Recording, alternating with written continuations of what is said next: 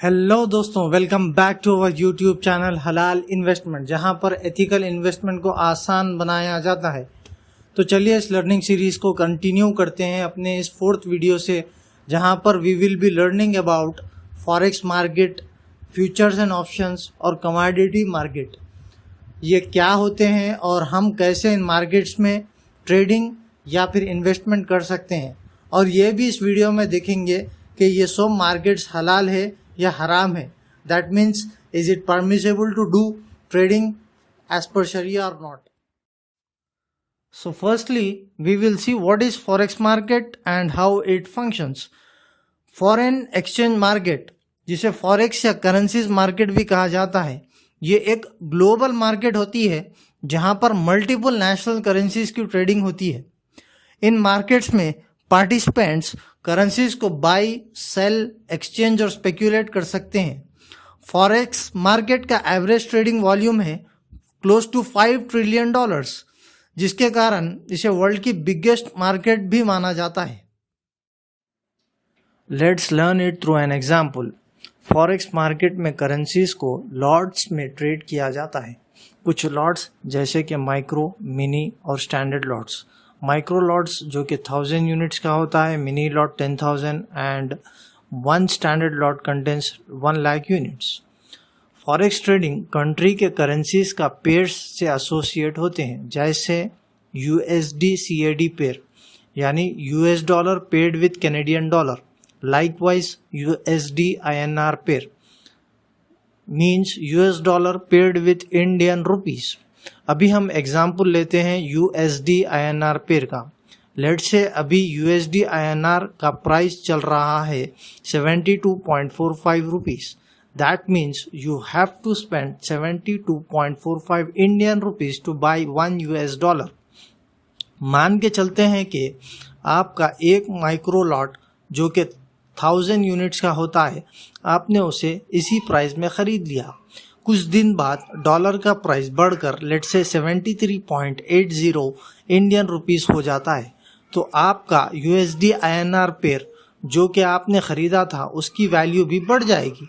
If the value of US dollar increases, the value of rupees decreases, क्योंकि आपको ज़्यादा रुपया लगेगा to buy 1 US dollar।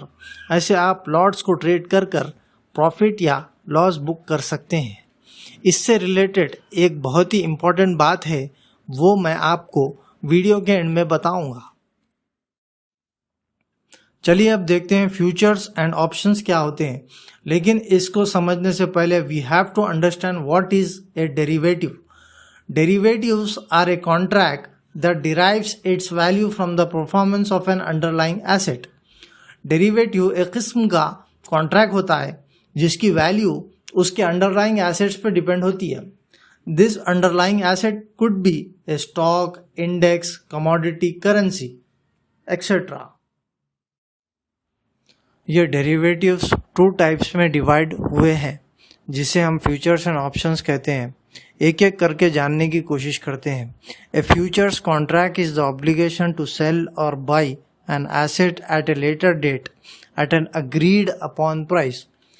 Future contract एक किस्म का डेरिवेटिव यानी कि कॉन्ट्रैक्ट होता है जिसमें एसेट को उसके फ्यूचर प्राइस को देखकर बाई या सेल किया जाता है, और जब उस कॉन्ट्रैक्ट की एक्सपायरी डेट रीच होती है तब हमको ट्रांजैक्शन एग्जीक्यूट करना ज़रूरी हो जाता है। नाउअडेज फ्यूचर मार्केट काफ़ी हद तक एक्सपैंड हो चुकी है। चलिए इसको एक एग्जाम्पल के ज़रिए से समझने की कोशिश करते हैं। मान के चलते हैं कि an agreement is been sign between a 2 traders, जिसे हम फ्यूचर्स कॉन्ट्रैक्ट कहते हैं, जिसमें इसका प्राइस $50 पर बैरल फिक्स होता है।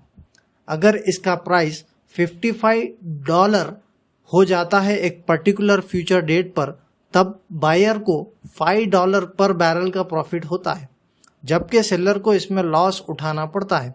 सिमिलरली अगर इसका प्राइस गिरकर $45 हो जाता है तो सेलर का प्रॉफिट होगा और बायर का लॉस। अब देखते हैं ऑप्शंस क्या होता है।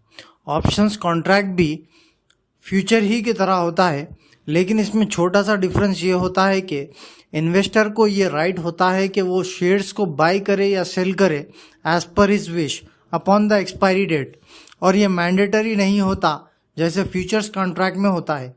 Basically options are of two types, one is call option and the second one is put option, जिसको डिटेल में हम फिर कभी देखेंगे। Now last but not the least जो है कमोडिटी ट्रेडिंग। अब आइए इसको अच्छे से समझने की कोशिश करेंगे। कमोडिटीज बेसिक गुड्स या आइटम्स होते हैं जैसे कि गोल्ड, ग्रेन्स, ऑयल एक्सेट्रा। ये कमोडिटीज भी कॉन्ट्रैक्ट्स के थ्रू ट्रेड होते हैं जैसे फ्यूचर कॉन्ट्रैक्ट्स, ऑप्शंस और ETFs।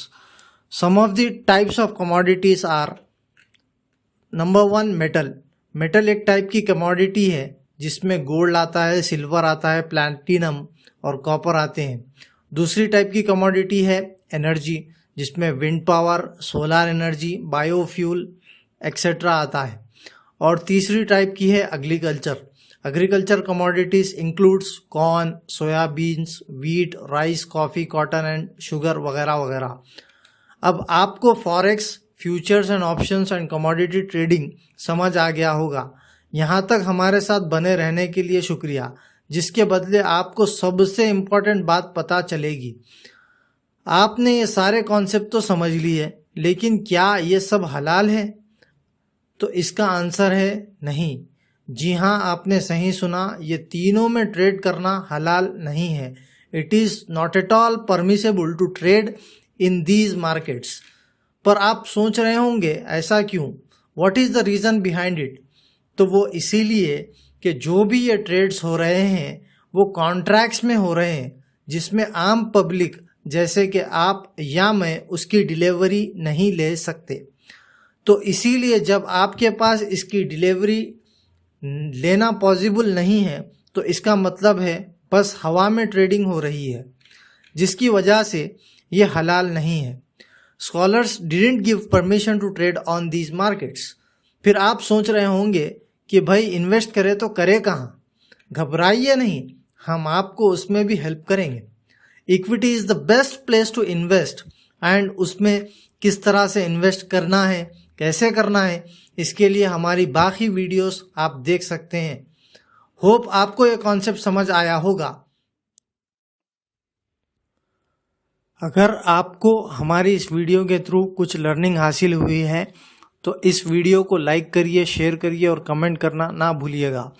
और अगर आपके मन में कोई क्वेश्चन है तो हमसे पूछ सकते हैं कमेंट सेक्शन में, और हमारे सोशल मीडिया प्लेटफॉर्म के थ्रू भी आप हमसे कनेक्ट हो सकते हैं। और एट द एंड इस चैनल को सब्सक्राइब करना ना भूलिएगा, और इसी तरह की वीडियोस के लिए आप नोटिफिकेशन बेल आइकॉन को भी दबा सकते हैं। तो thank you and happy investing.